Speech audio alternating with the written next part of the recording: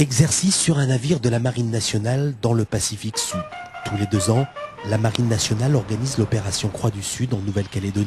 Un exercice militaire qui a pour objectif la préparation à une opération d'évacuation de ressortissants.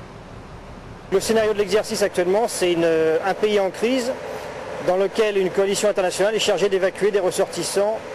Dans le cas présent, c'est dans le nord de la Nouvelle-Calédonie. Cette opération n'est pas exclusivement française. D'autres forces participent à cet exercice d'envergure, australiens, néo-zélandais, tongiens et même des forces venues des Vanuatu et de Papouasie-Nouvelle-Guinée. En tout, plus de 1000 hommes vont ainsi débarquer sur les côtes néo-calédoniennes.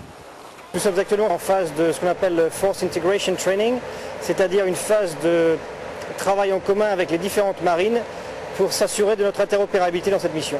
Notre rôle à nous, c'est la protection du dispositif.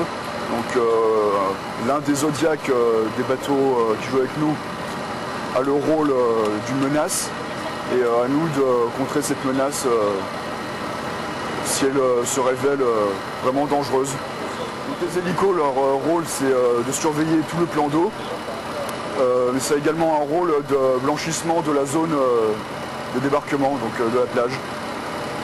Ils ont un autre rôle éventuellement, ça peut être aussi lors d'évacuation de ressortissants, de ramener des personnes sensibles à bord, donc des femmes enceintes, des personnes blessées, des personnes âgées, qui ne peuvent pas revenir à bord par voie maritime.